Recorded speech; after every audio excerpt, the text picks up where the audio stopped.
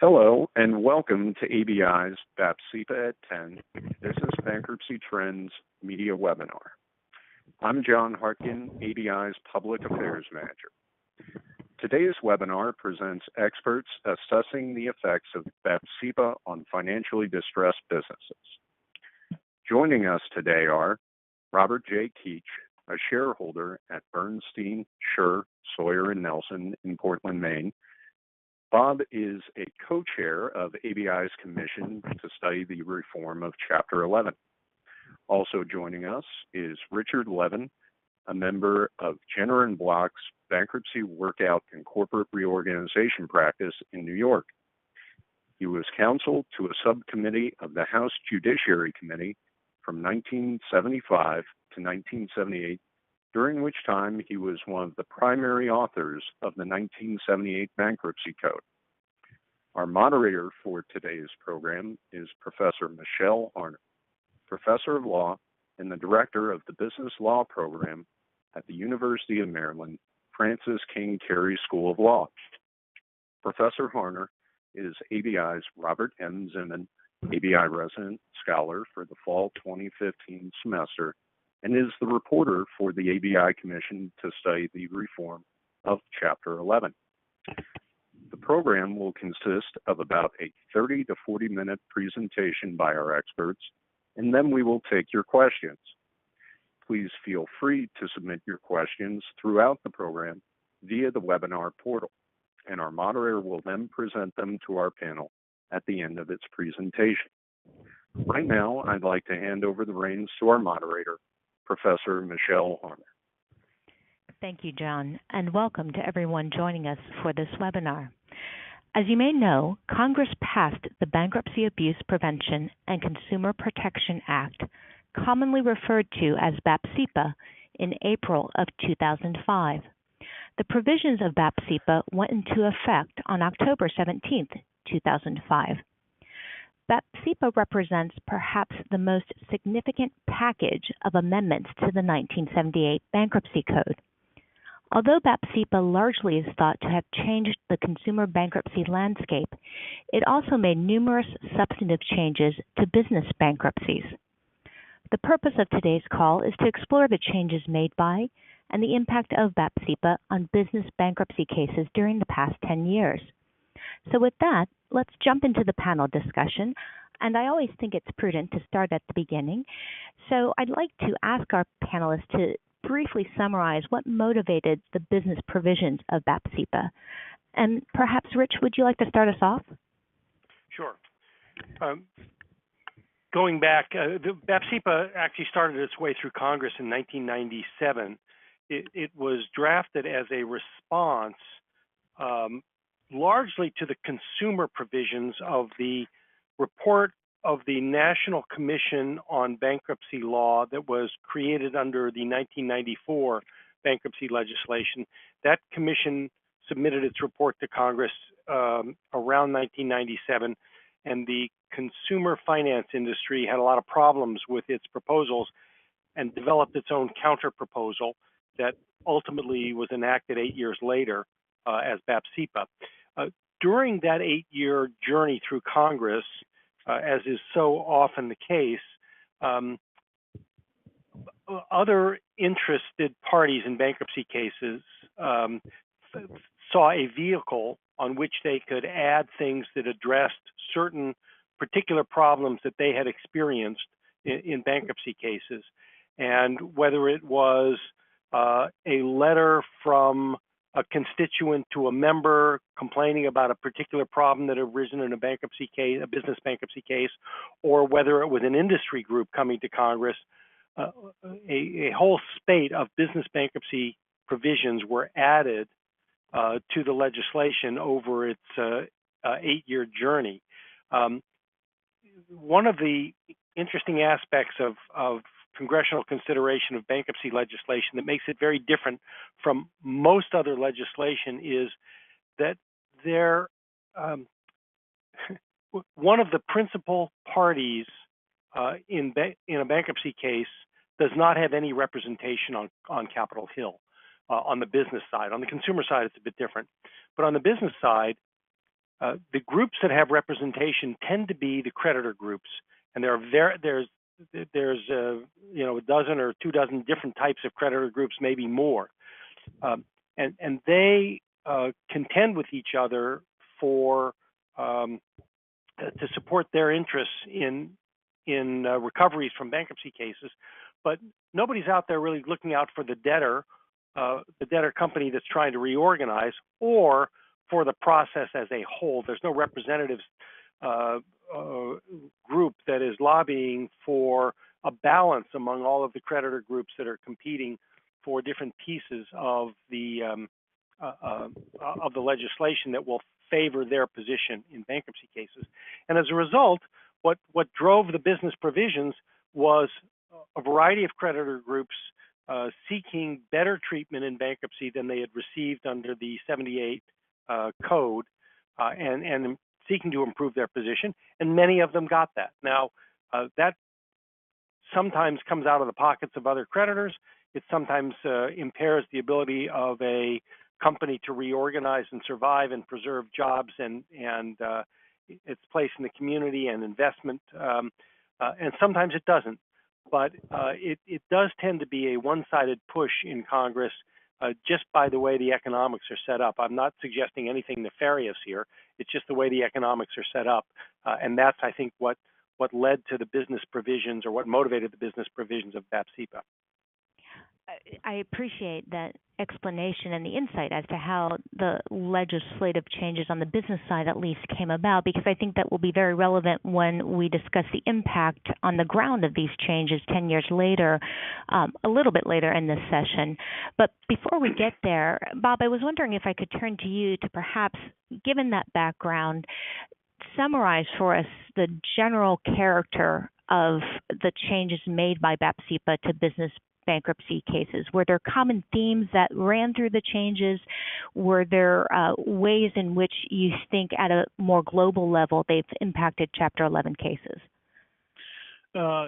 Sure, Michelle, thank you. I do think, while like any piece of legislation, there are obviously some things that don't fit themes, but I do think there were some pretty consistent themes running through the BAPCPA business changes. And I think they largely are consistent with the motivations that Rich has described. Consistent with the creditor pushback that characterized the consumer provisions of BAPCPA, most of the prominent business changes to BAPCPA were largely creditor friendly and addressed creditor concerns about the status quo in Chapter 11 at that time. And I would say the changes really fit into three buckets. First, to the extent that Chapter 11 provided for deadlines and timeframes, those deadlines and timeframes were shortened, and they were largely made more immutable. They were harder, they were fixed, and they were generally shorter. Three examples of that would be the lease assumption and rejection provisions, in other words, the time for debtors to assume or reject leases, particularly commercial real estate leases. We're going to talk more about that later. The 18-month cap on extensions of the debtor's exclusivity, in other words, the exclusive period by which a debtor was the only party who could file a plan. And also the very tight timeframes for filing plans in so-called small business cases, which dealt with the smallest of cases and which created what have emerged to be reasonably draconian timeframes for the filing of plans in those cases. I think those are pretty typical examples, but again, thematically, I think of one character, which is make Chapter 11 faster, make the timeframes more certain, and give creditors more certainty about outcomes. Consistent with that, I would say the other bucket is that there was a general reduction in judicial discretion. Many fewer opportunities for judges to extend time or to create leniency or opportunities for debtors, and therefore at times to balance the leverage in the case.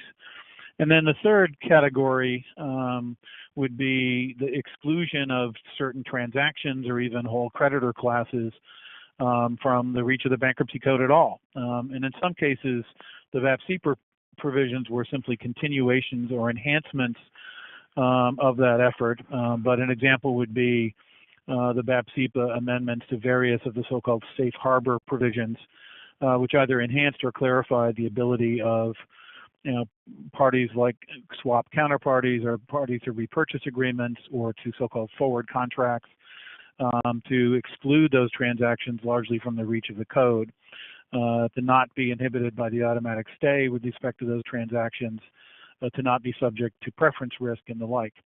Some of those provisions are in BAPCPA, some of those provisions were in companion legislation that occurred roughly at the same time. But for example, BAPCPA added, I believe, 11 or 12 new exclusions to the automatic stay.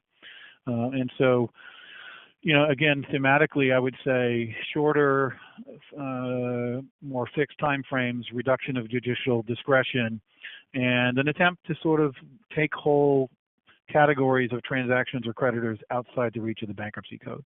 Largely creditor favorable, larger a swing to the pendulum back in that direction.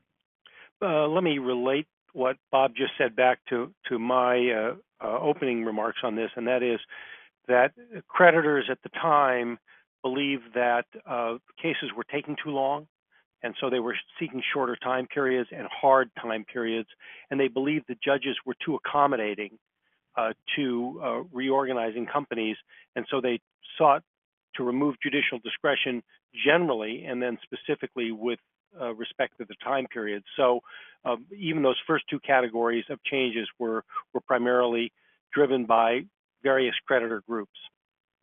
So before we drill down on the specific changes that were made by BAPCPA, let me push back on those general themes to both of you for 1 minute, because I do want to make sure that we think about all the perspectives. And Rich, you noted the creditor motivation behind some of these changes. To the extent there were themes running through the BAPCPA changes that made cases shorter, that gave at least certain creditor groups more certainty about their recoveries, you could, at least in theory, say that that would have a positive impact on the pricing of credit and the availability of credit to distressed companies.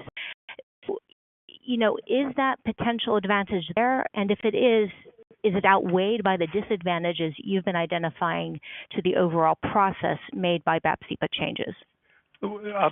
It's a good question, and the lending groups have argued that it does support lower credit pricing. However, that's only half the picture. If we assume that most companies, almost all companies in bankruptcy, are insolvent, that means shareholders are going to recover nothing. So the question is how the value of the company gets divided up among the creditors. And if one creditor group is given an advantage, it means it's taking it away from other creditor groups. So it might be lowering the price of credit for some groups, but it might be increasing the price of credit from other groups and reducing the recoveries of other groups. So this is not a this is somewhat of a zero-sum game. If you take it away from one, you're giving it to another, or if you're giving it to one, you're taking it away from another. And so it's hard to say overall whether it's affected the price of credit, even though it might be that it has lowered the price of credit in certain sectors. Yeah, Michelle, this is Bob Keach again. I think very little, frankly, what happens in statutory changes to bankruptcy has any effect on the greater credit markets. And bankruptcy, as important as it is to us and to all the people on the phone, it's actually a very tiny percentage of the overall credit market. So it's difficult, frankly, for bankruptcy code changes to have big credit impacts, and I don't think BAPCPA did. I do think that the specific BAPCPA changes, and we'll talk, for example, about what happened with the time to assume or reject commercial leases, actually had unintended consequences and restricted the availability of debtor in possession financing to debtors. Because the times were shorter and lenders wanted to preserve some portion of that time for liquidation activities should they need them, in fact, they were less willing to lend for longer periods of time in many bankruptcy cases. So I think that wasn't an effect that people actually anticipated, but it's definitely an effect that occurred. But to be clear, that's an effect that as to post-bankruptcy credit, not to the general credit markets for non-debtor companies. Correct. Fair point. Yeah. Okay, so perhaps to flesh out some of these nuances and consequences in more detail, let's talk about some specific changes. We don't, unfortunately, have time to talk about all of the business-related changes, but Rich, I know one change that received a lot of attention at the time because of perceived abuses in the space related to executive compensation and key employee retention plans, commonly referred to as CERPs in Chapter 11 cases. Can you perhaps briefly discuss the changes BAPCPA implemented with respect to executive comp? Sure. These changes, I think, were not motivated quite by the same creditor pressure as many of the other changes, but by some political outrage and perhaps by some dissatisfaction among organized labor with compensation of executives in bankruptcy, where in bankruptcy union contracts were being rejected and employees were being laid off and executives were getting big bonuses. So you can understand why there would have been a political motivation there to cut back on executive compensation, and BAPCPA did. One of the most striking pre-BAPCPA treatments was these key employee retention plans. In many bankruptcy, and here's where the line drawing gets difficult. In many bankruptcy cases, employees, including executives, are asked to stay on for a given period of time, knowing full well that at the end of that period, whether it's 3 months or 6 months or a year, the business will be closed, it will be sold, it will be shut down in some fashion, and they will lose their jobs. Now, if you're given that kind of a warning, you start hitting the pavement and start looking for another job right away. If there's that kind of a certainty, so it's common in non-bankruptcy companies when a division is shutting down for the employee to put in retention programs to give somebody a bonus if they will stay to the end of the period, even though they know they're going to lose their job, and if they will not look for another job in the meantime. This was translated over into the bankruptcy area, and it started to get out of hand, let's say, where not only the rank and file employees and middle management were getting bonuses for staying on, but senior executives were as well, and the bonuses were getting quite large for employees to stay on, even though they weren't. There was no certainty that they were going to be losing their jobs, such as in the normal situation that I've described. But the argument went to the courts, Judge, you ought to approve this retention plan because people get very nervous when there's a bankruptcy, understandable, and they might all start looking for other jobs, and then we'll lose our workforce and we won't be able to carry through and reorganize this company. A sound argument on its face, but as I said, it got out of hand. So BAPCPA cut way back on retention programs, and although it put in a formula that permitted retention programs for senior executives, the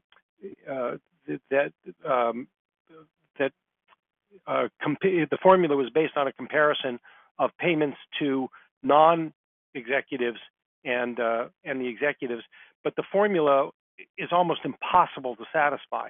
And as a result, CERPs for executives have essentially been eliminated since BAPCPA. Of course, lawyers are creative, and what they came up with as an alternative is what are now called key employee incentive plans, where executives are given bonuses if they meet certain performance targets. That's very common in business, and there was an effort in bankruptcy to implement incentive programs to incentivize executives to meet performance targets. And the debate came up very early in BAPCPA as to whether that was just a disguised CERP. And what the courts have done over time is been able to separate what truly is an incentive program that incentivizes executives to better performance for the estate and for creditors from programs that look just like retention programs. So that's had a a significant effect on executive compensation, has it really moved the needle that much on whether executives stay at a company or not? It's very hard to say. I mean, we really don't have good statistics on that. I think anecdotally, we can say that it hasn't moved the needle very much, but courts have been vigilant in making sure that these programs are truly incentive programs and are not just disguised retention programs. I think that last point is Michelle, very... I'm sorry. I think... Go ahead. No, please go ahead.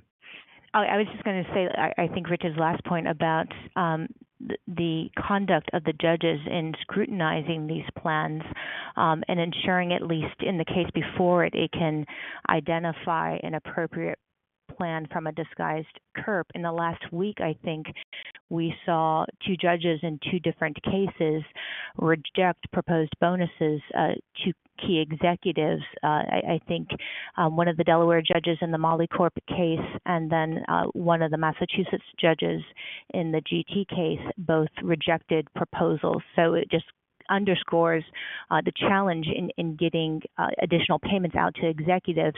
But Rich, I was intrigued by your point that, it's really hard to quantify whether it's made a difference in being able to retain people you need to get the job done. I'm sorry, Bob, go ahead. No, and actually my comment ties into what you just said. I think the whole area of executive compensation, fits thematically into what we were talking about. I think Rich is correct. I think this was largely the product of political outrage time. Some of it, frankly, well justified. I remember a particularly notable case on the East Coast where a company filed, announced immediately post-filing that they were terminating all of the non-union employees, health care and related benefits, and on the same day filed a motion to approve a very generous CURP for the C-suite. Obviously, that timing was not particularly smart, and it's that kind of, it was that kind of juxtaposition that drove the outrage.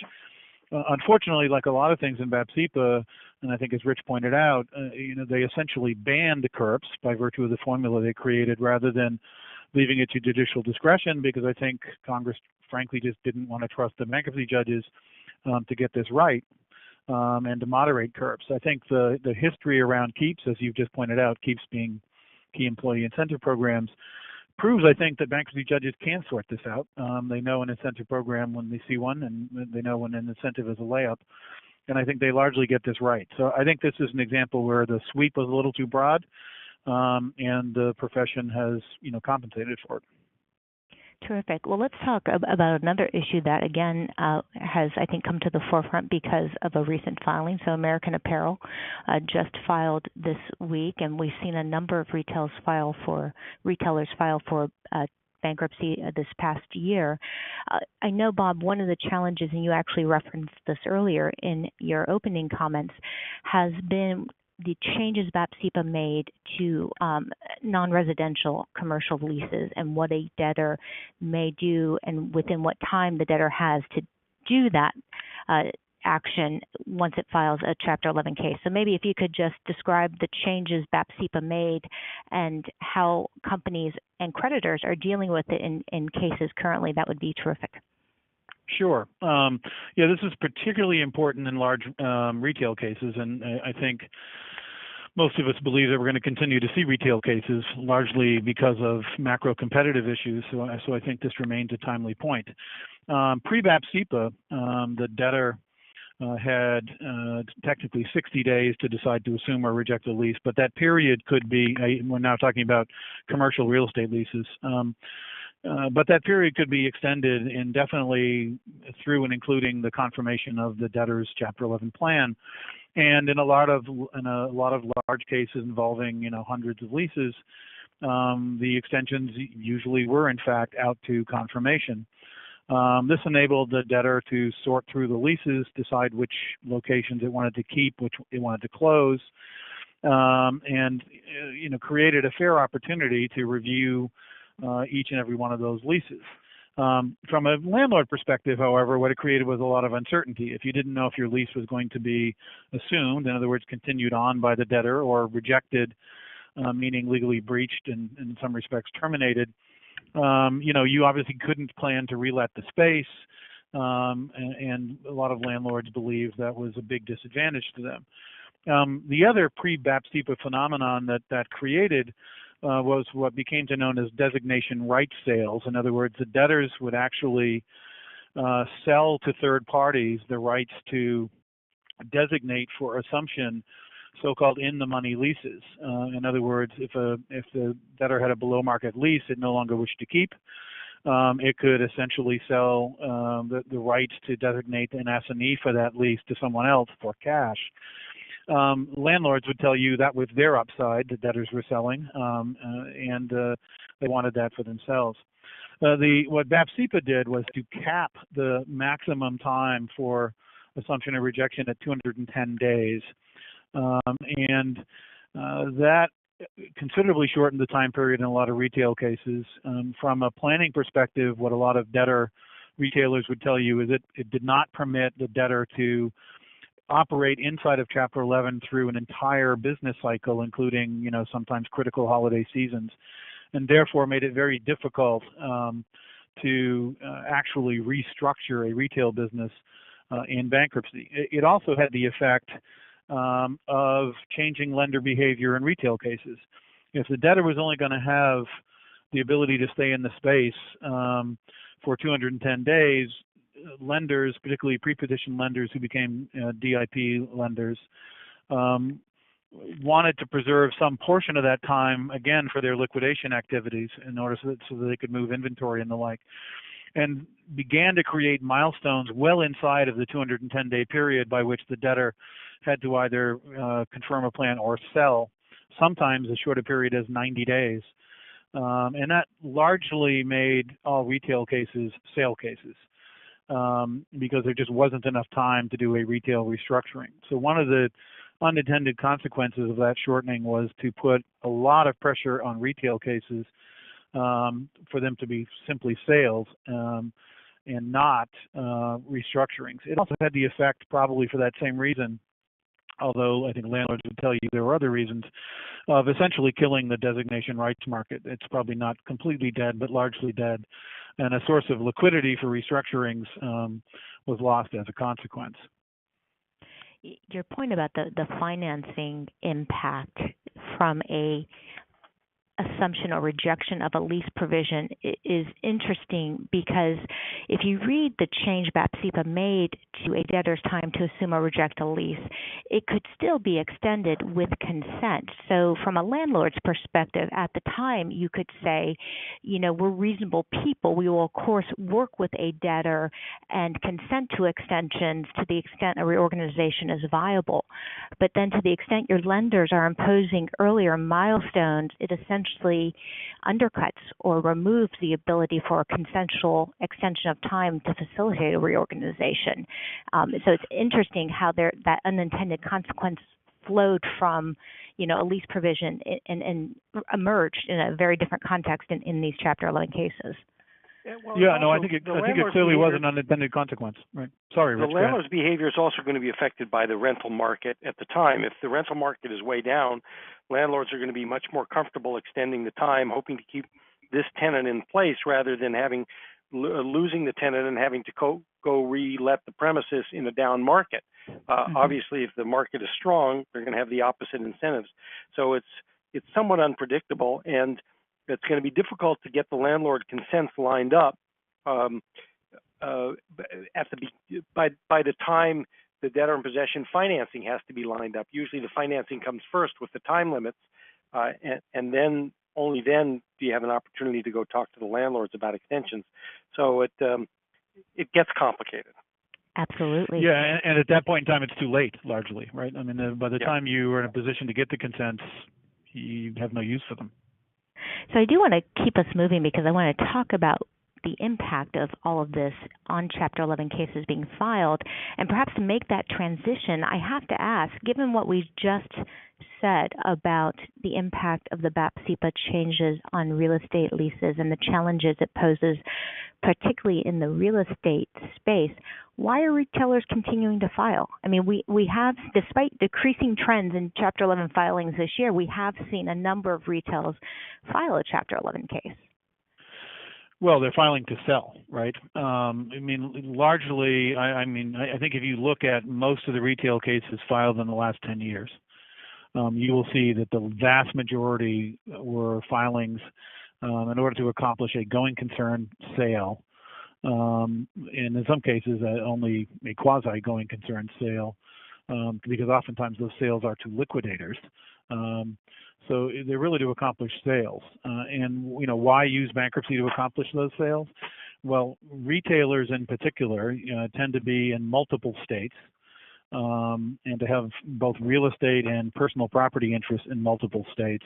And so accomplishing a complete sale through a lender foreclosure, for example, on a state-by-state basis would be nearly impossible. We ought to add, Bob, in setting this up, we ought to add that most of these retail cases have secured lenders that have liens on all of the assets, and the amount of the debt is greater than the value of the company. So in the absence of this kind of a sale, you're going to wind up with a foreclosure, which leads to your point about the multiple jurisdiction issue. Yeah, correct. And so filing and doing a Section 363 sale makes it much easier for the lender. It's essentially a very quick and unified foreclosure device, and it permits the sale of the business on a going concern, perhaps to a competitor.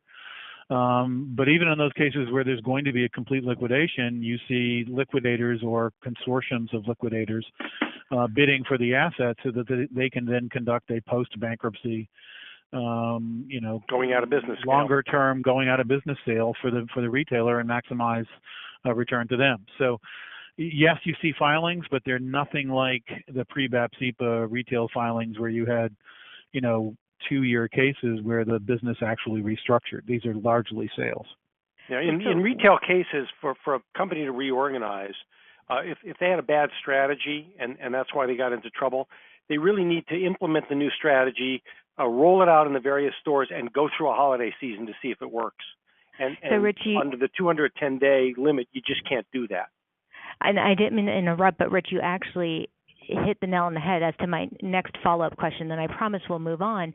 So Bob mentioned earlier, and I think many commentators believe this, that, really what's challenging the retailers is a changing environment in which they're doing business, right? There are market forces at play in which most of their business models are no longer viable, or perhaps are not as viable as they once were. Pre-BAPCPA, could the code have helped these companies transition their business models to the new environment?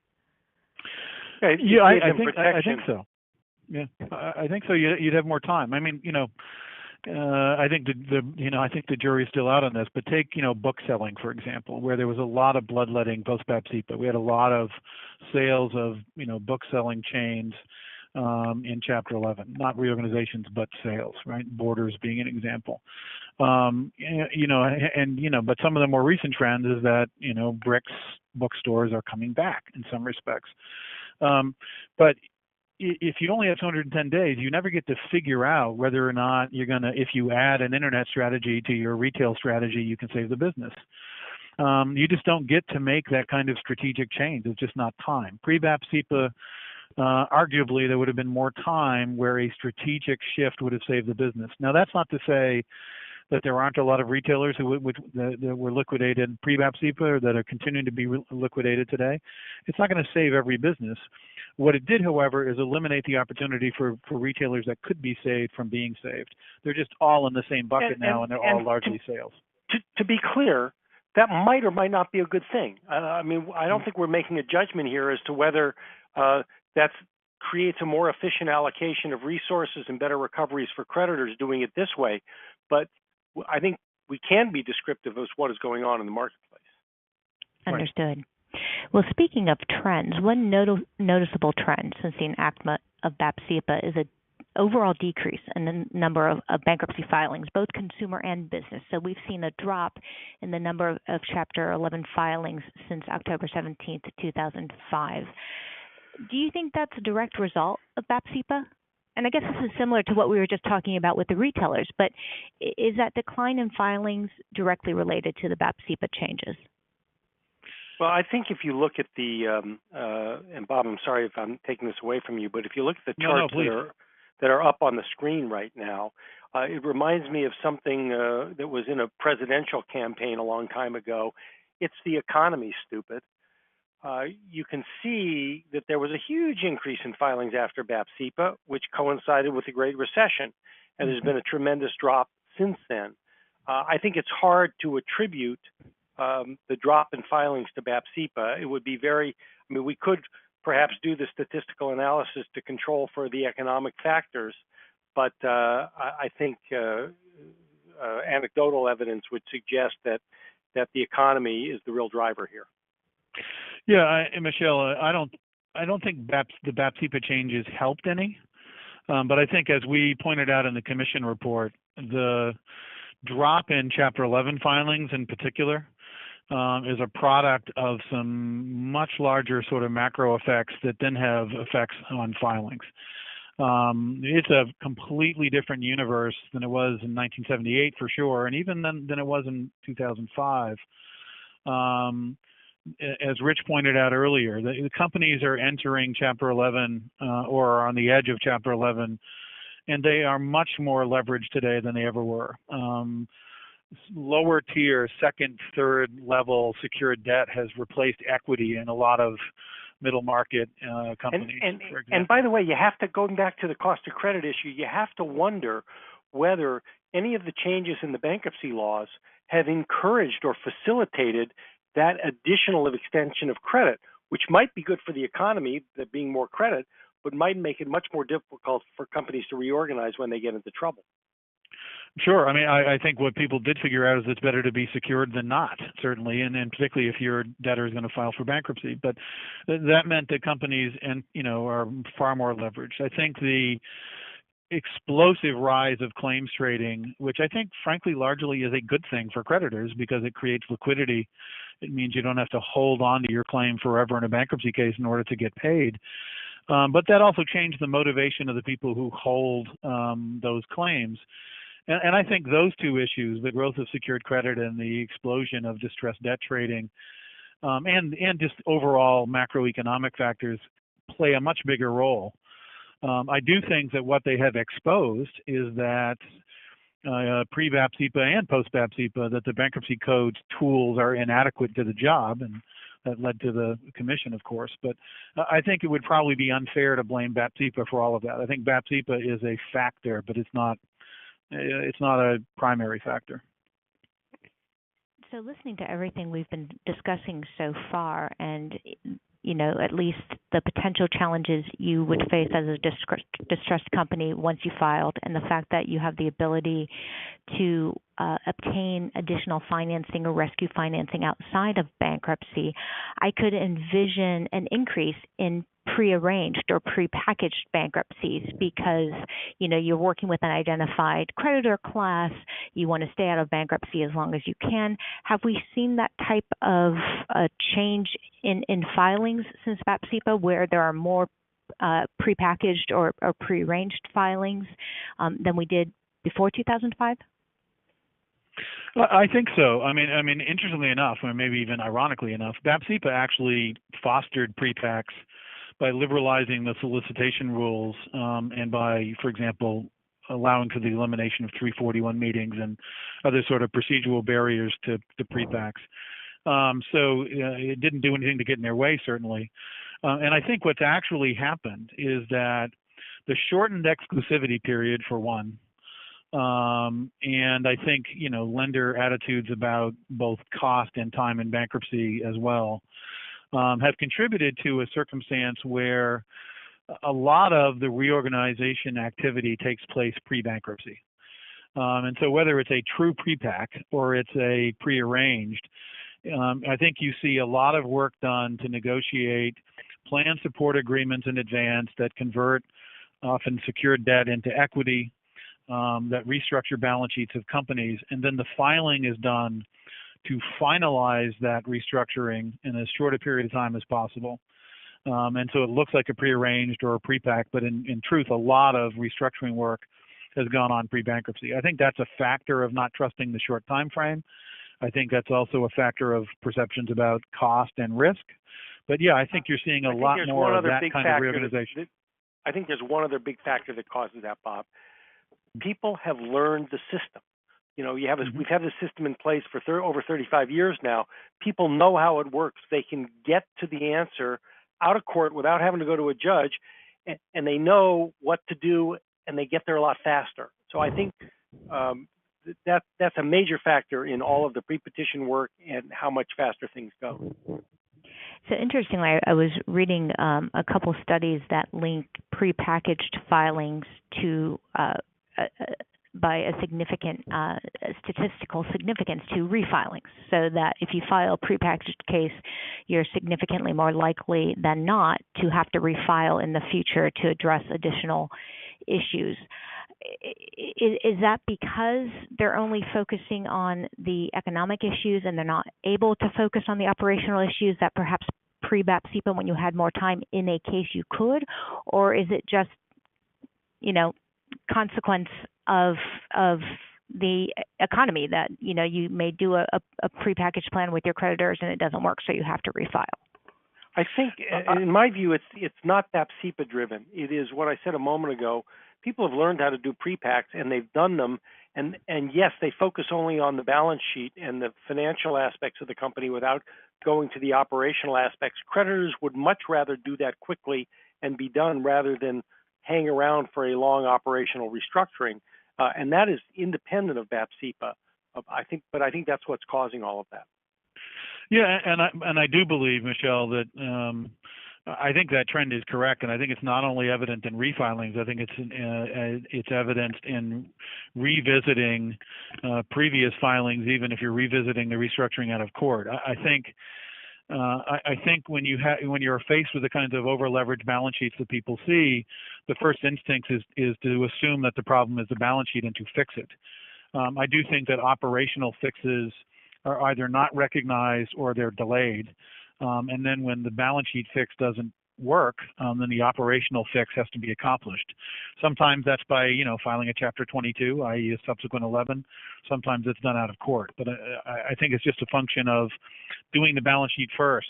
And then if it works, it works. If it doesn't, then the harder work, frankly, and the more difficult work of operational fixes is taken on. Well, there's so much more I would like to ask you specifically about BAPCPA, but I do want to pick up, Rich, on the theme you've raised a number of times now in our conversation so far, and that's about the professionals working in these bankruptcy cases and the fact that the professionals have found a way to continue to make Chapter 11 work, even though BAPCPA perhaps made it more challenging for some, and even though the environment around the bankruptcy code has changed significantly. Those professionals also recently helped the ABI through its commission to study the reform of Chapter 11. And Bob, you were the co-chair, and Rich, you were one of the commissioners. And I had the honor of working with you both as the reporter to the commission. And we had, over 180 professionals from the bankruptcy community involved in the process, plus, over 90 witnesses who helped the commission think about these issues. Tying it to BAPCPA, which I would like to do for purposes of this call, perhaps, Bob, can we talk about some of the changes that the commission considered studying with respect to Chapter 11, given what came out of BAPCPA? And perhaps since you spoke to us about the lease provision and BAPCPA's changes to non-residential commercial leases, why don't we start there? What did the commission study and think about the lease issue we talked about? Sure. The commission did a number of things, but consistent with the discussion we just had, the principal recommendation made by the commission was to move the maximum time period for assuming or rejecting commercial real property leases back to 1 year. So from 210 days to 365 days. And that frankly was a balancing act by the commission. We were understanding of the fact that landlords need some level of certainty here. They do want to escape the sort of possibility of being stuck in limbo by a constant extension of time. On the other hand, as Rich pointed out, we wanted to make sure that a debtor could go through an entire business cycle, including a critical holiday season, before making some of these important decisions. So we bumped it out to a year. The other benefit that is that if you take 90 days off the end for the lender to conduct liquidation activity, should it desire to do so, you still have a significant period of time, probably gets you most of the way through the business cycle I just talked about, before any of those lender milestones would have to kick in. And so, it was a compromise that balanced those efforts, but we think solves the problem of a far too short time frame. And it did, thinking about the tie to financing that we discussed about, and you were just mentioning that even with that 90 days, did the Commission make any changes to, the financing provisions currently working under the Bankruptcy Code, and how would that relate to the duration of cases and the speed with which we've been talking earlier, BAPCPA encouraged in the Chapter 11 context? Sure. We made a number of changes to financing, and probably too many to mention here. But I think importantly, the Commission made a number of critical recommendations about making financing more available. I think probably one of the centerpieces of that recommendation is that for adequate protection purposes, the creditor's collateral would be valued at foreclosure value, meaning the amount that could be obtained on a net basis at a state law foreclosure.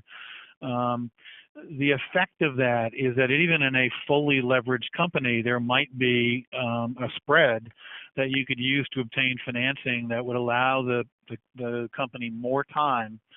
And that may be more time to conduct a true going concern sale, and it may be more time to actually try to restructure. But that provision, along with a number of other provisions, for example, banning prohibitions on second lien lenders from making DIP loans, and some other, similar provisions to free up financing, we believe, would make the cases that deserve to be financed more financeable. And I think that's a critical issue. Well, and that gets to the point that Rich raised very early in our discussion today about the availability of credit once you're in the case versus the availability and pricing of credit outside the case in the larger markets. And it's interesting, as we've been talking this morning, the Commission's main objectives that flowed out of its recommendations, the kind of themes that emerged after the fact, align very nicely with even some of the objectives of BAPCPA, even though we've been discussing about some of the negative impact of the BAPCPA changes. The Commission was thinking about ways to get companies in at an earlier time when there was equity to reorganize, and then how to get them through the process, in an efficient and quick way, so that you don't have these companies lingering, and then to get them out.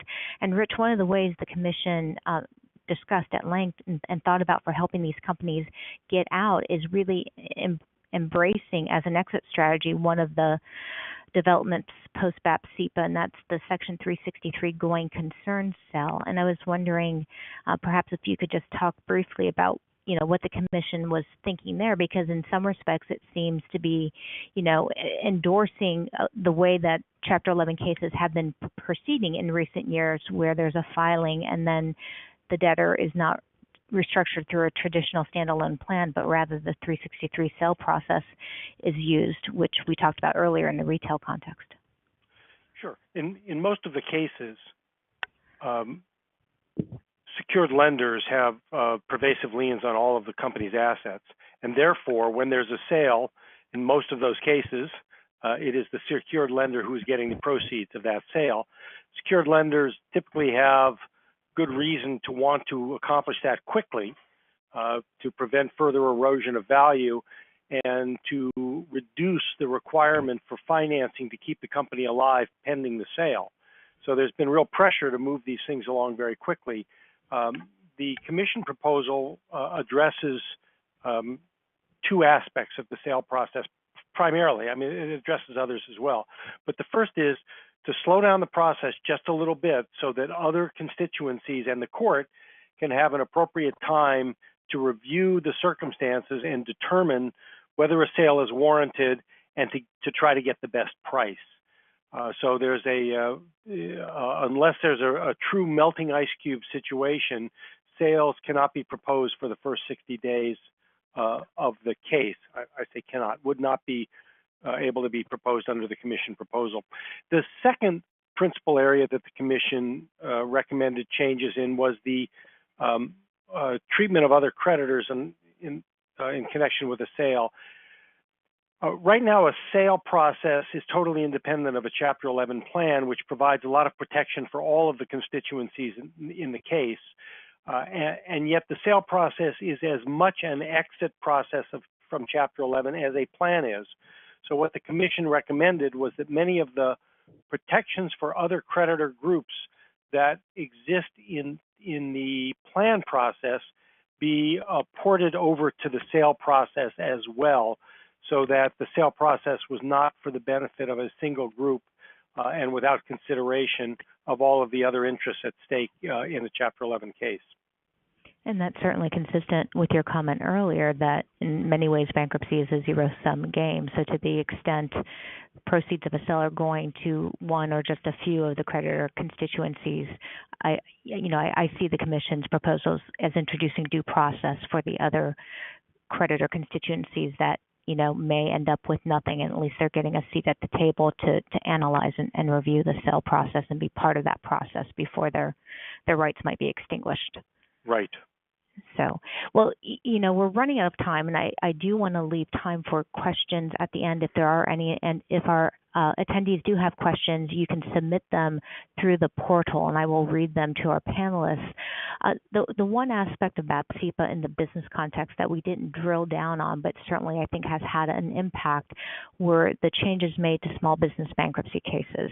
And I think there is evidence in the legislative history and some of the reports that were used to implement the small business provisions that they were intended to weed out cases that for one reason or another the system didn't think were viable, and to get the others through as quickly as possible. And so it became almost, I know, Bob, you like to say, a conveyor belt to death for many of these small businesses. And Bob, I was wondering if you could just perhaps quickly summarize how the Commission thought about small and middle market cases and whether or not they're, for lack of a better term, worthy to be saved through the Chapter 11 process. Sure. I think BAPCPA's small business provisions, including as they have evolved, first they focused on the very smallest companies. I think even on an inflation-adjusted basis, we're talking about very small companies, $2.5 million and under sort of companies. Although that's a very big percentage of the companies that file bankruptcy nationally. And under the BAPCPA provisions, the unfortunate presumption, I think, and this is the danger of letting people write small business provisions who have never reorganized small businesses, is the presumption was that these were very simple companies with very simple capital structures and problems, and they ought to be able to reorganize very, very quickly. So those provisions created a very short period of time to file a plan, very strict requirements of what the plan could do, failing which the companies were ushered out of the bankruptcy process, converted, liquidated. The end result, and we heard this time and time again in the Commission testimony, was that the preordained outcome occurred, and most of these companies were simply ushered out without restructuring. They largely failed because the conditions and the small business provisions did not permit an opportunity for success. More importantly, those provisions didn't solve fundamental structural problems with reorganizing small businesses. The biggest problems, and we heard this throughout the Commission testimony, is that small and medium-sized firms were simply avoiding filing Chapter 11 altogether because you couldn't achieve success in Chapter 11. And the primary reasons were probably twofold. There's significant structural barriers to reorganizing a small or medium-sized company. One is the absolute priority rule, which provides that the closely held, the owners who hold the closely held shares in these companies cannot retain those shares in most of these cases without either universal creditor consent or without making a, quote, substantial new value contribution in order to essentially buy new stock in the companies. Well, most of these people don't have the kind of consideration needed to buy stock again by making a new value consideration, and it's very hard to get universal creditor consent. So those cases largely failed. And I know we need to save some time, but very quickly, what the Commission recommended is a very different structure, at least by default. First, the Commission recommended for all companies, not just SMEs, not just small and medium-sized firms, that the requirement of an accepting impaired class be eliminated. Currently, if you impair any classes in a plan, meaning if you affect any rights of any classes, you have to get that class, at least one of those classes, to vote for your plan. In a small case with fewer classes of creditors, that enabled behavior by creditors to buy up claims and block acceptance of plans. So the plan was never tested for feasibility. They never really had a chance. It would just be blocked procedurally. The other thing we did was to modify the absolute priority rule by default. Let me get a little definitional first. Small and middle-sized firms under the Commission's recommendation would automatically be firms that had either $10 million in debt or $10 million of liabilities, but companies with either $50 million in debt or $50 million in liabilities could become so-called SME debtors with the court's permission. If you look at that full range, you're talking something 95 to 98% of all filings in the country. This would be Chapter 11 if it were adopted.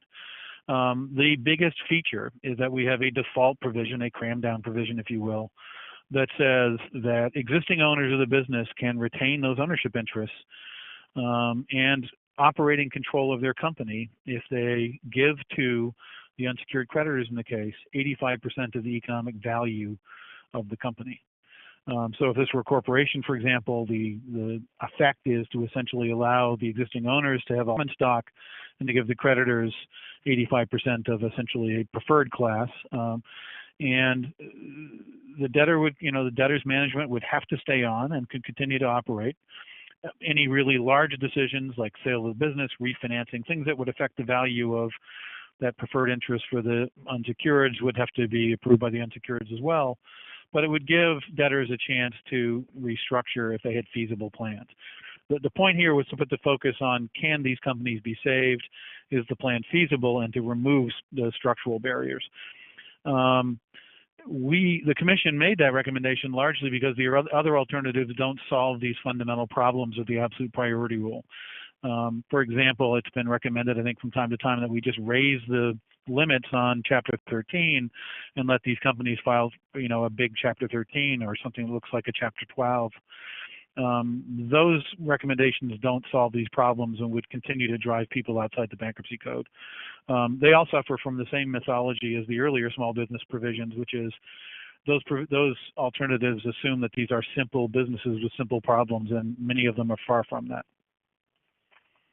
And I left you 2 minutes for questions, I think. Well, that's fine, because we actually have a very attentive audience, and they're so engrossed by your comments. They're not submitting questions, but I actually do want to start to close this out because we're towards the end of our time.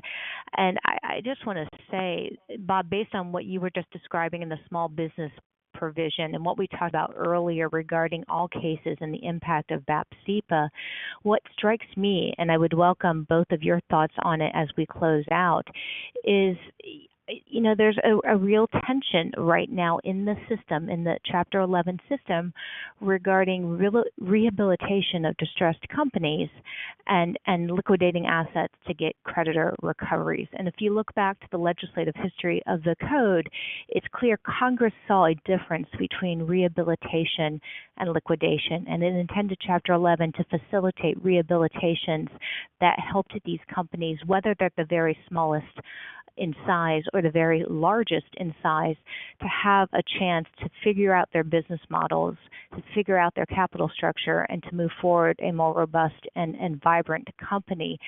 And it seems to me one of the questions on the table is whether or not we're going to provide distressed companies the tools they need to rehabilitate, which is what I think the original bankruptcy code in '78 tried to do. And so pulling together the themes of the Commission report and BAPCPA and Chapter 11 itself, those are my closing thoughts, and I would welcome thoughts from either or both of you. Yeah, my closing thought would be similar, and I would say this. I mean, one of the interesting things that came out of the Commission's work was that we got to talk to people all over the world whose countries had adopted some version of the 1978 Chapter 11. I mean, they did so because of the genuine belief, backed by some research, that a fair restructuring system that gives people a second chance has a material impact on entrepreneurialism. And I continue to believe that that's true, and I continue to believe that a restructuring system that doesn't work discourages entrepreneurial activity. And so, the trite expression I always use is, if you want trapeze artists, you should invent nets first. And so I think if you want people to take business risk, then you've got to make the consequences of business failure less draconian. And I think that's what we tried to do with the SME proposals. And Rich, any closing thoughts? Generally in agreement, although I'd mitigate that a little bit by saying that sometimes businesses that cannot really be saved because they're just too far underwater or do not have adequate management are best continued as part of a strategic acquisition by somebody else in the industry, a competitor, for example. Mm-hmm. And Chapter 11 facilitates that sort of reorganization too. What we want to try to prevent, if possible, is what we sometimes call a bricks and mortar liquidation, where the business is really just taken down and all of the employees are laid off. Even a sale of a going concern sale of a business where most of the business and employment is preserved is a useful function for Chapter 11, and I think it's gone a long way to accomplishing that. Yeah, I couldn't agree more. I think the sale model of reorganization is a viable model. I just don't want it to be the only one. Well, terrific. I want to thank you both for taking the time to talk with me today about BAPCPA and about the Commission's report. I think that your insights and perspectives were extremely useful and hopefully will help us think about the next 10 years going forward under Chapter 11. And I want to thank our attendees as well. And with that, I will turn it back over to John.